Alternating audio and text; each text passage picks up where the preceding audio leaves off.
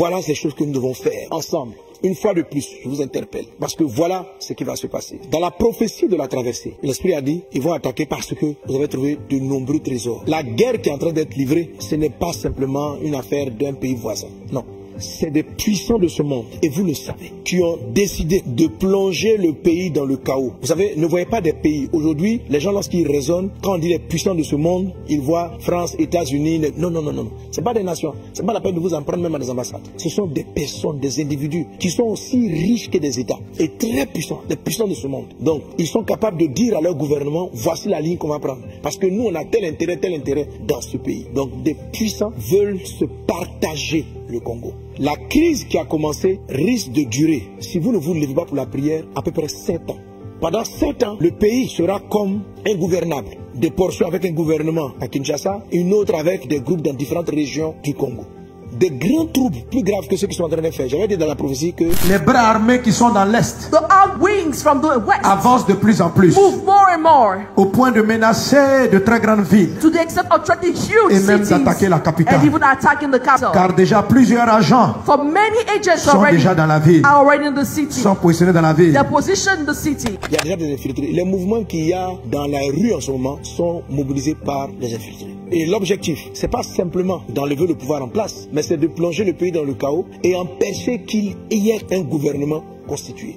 Parce qu'ils sont conscients que tant qu'il y aura un gouvernement constitué, la population mettra la pression pour dire qu'on arrête de piller notre pays et que les habitants du pays puissent profiter au mieux de la richesse que Dieu leur a donnée. Donc l'objectif de ce plan qui est derrière n'est pas de remplacer un pouvoir. L'objectif est de créer une division multiple dans le pays. Donc pendant que je parle, il y a deux groupes armés. Il y a M23, mais il y en a d'autres qui sont en train d'être équipés afin de sécuriser des zones. Si le M23 arrive, eux-mêmes ils vont se battre contre eux. Et ils vont être armés pour sécuriser, pour que ces gens qui se font des mineurs puissent exploiter et ne pas avoir de choses. Donc la confusion va viser Kinshasa pour faire fermer tout ce qui est ministère des mines, en fait tout ce qui est ministère de contrôle. Homme de Dieu, ne laissez pas cela arriver. Le Seigneur a dit dans la parole, ce n'est pas la volonté de Dieu que ce chaos-là arrive.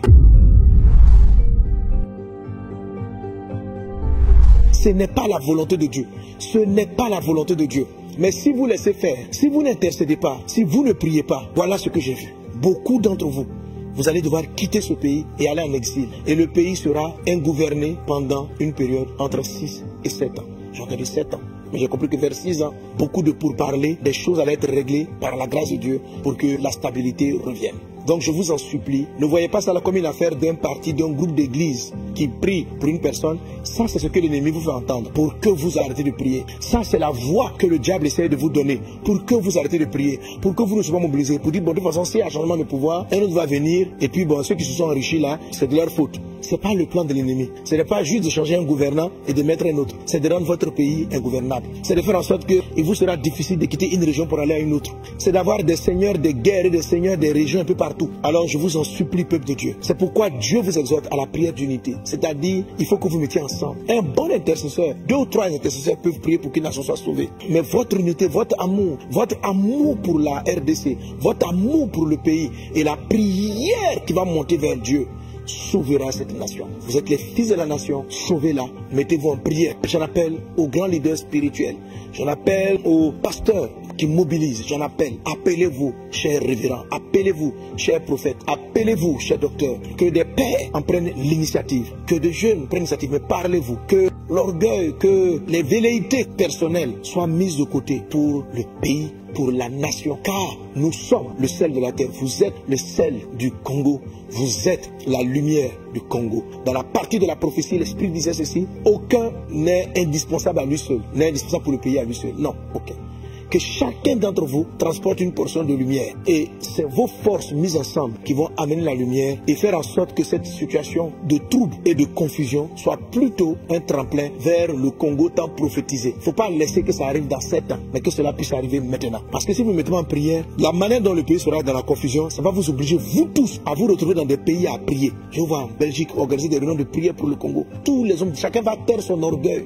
Cette crise-là va vous humilier tellement tellement que ça va vous contraindre à prier, à supplier Dieu, que Dieu guérisse le Congo, que Dieu délivre le Congo. Alors ne laissez pas cela arriver. N'attendez pas de voir la fermeture de vos églises, car l'ennemi, ces puissances, ces entreprises, ces individus si puissants qui veulent contrôler et prendre la richesse de ce pays, servent les ténèbres, servent le diable. Ils savent la valeur que vous portez dans vos prières. Ils savent la puissance de la prière. Alors, pour le moment, il y a une attaque pour vous diviser, pour vous empêcher de prier. Je vous en supplie. Toute initiative d'unité de prière, joignez-vous et priez. Organisez au stade des martyrs ou dans les plus grands endroits une nuit de prière. Des temps de prière et de prière. Arrachez dans le monde invisible tout ce que l'ennemi a semé dans le Congo. Arracher et prier. La deuxième partie de cela, c'était l'attitude des leaders à l'humilité et la repentance. L'humilité, c'est de reconnaître qu'il y a des choses que Dieu attendait de nous qu'on n'a pas fait. Si vous vous êtes enrichi, si Dieu t'a mis pour mettre de l'ordre et que tu as favorisé du désordre, vous seul et Dieu le savez.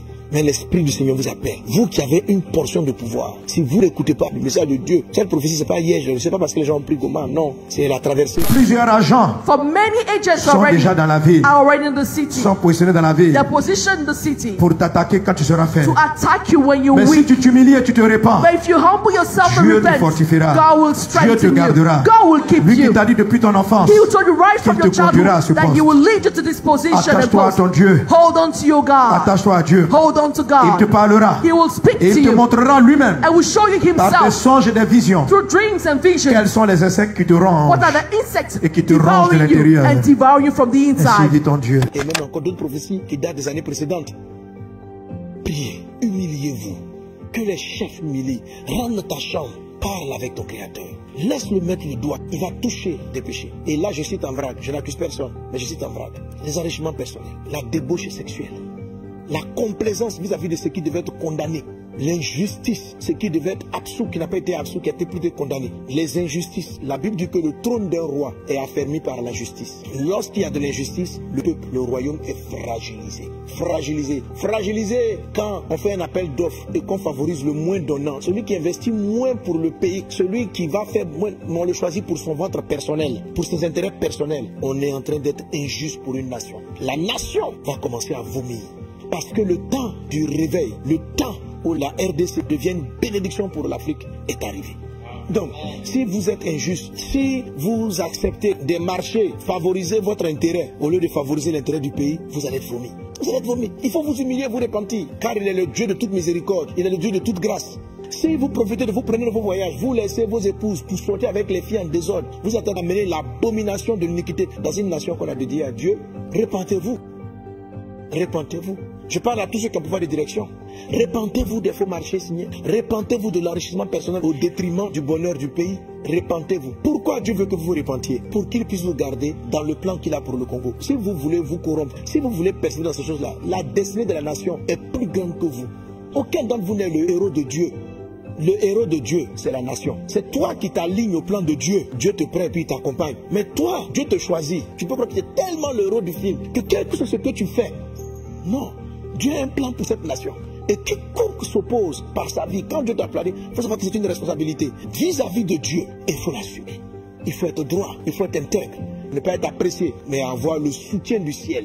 Aujourd'hui, chère autorité du Congo, ce dont vous avez besoin, c'est le soutien du ciel. Car de l'intérieur, les termites ont fait un ravage. Vous n'avez même pas idée de l'ampleur du travail des termites dont la prophétie parle. Au corps de Christ dans son ensemble, je nous appelle à l'intercession, à prier pour que toute vérité entre les serviteurs de Dieu tombe et que les gens puissent rapidement dans les jours-ci, ce soir, demain matin, ne tardez pas, ça va aller, ça va très vite.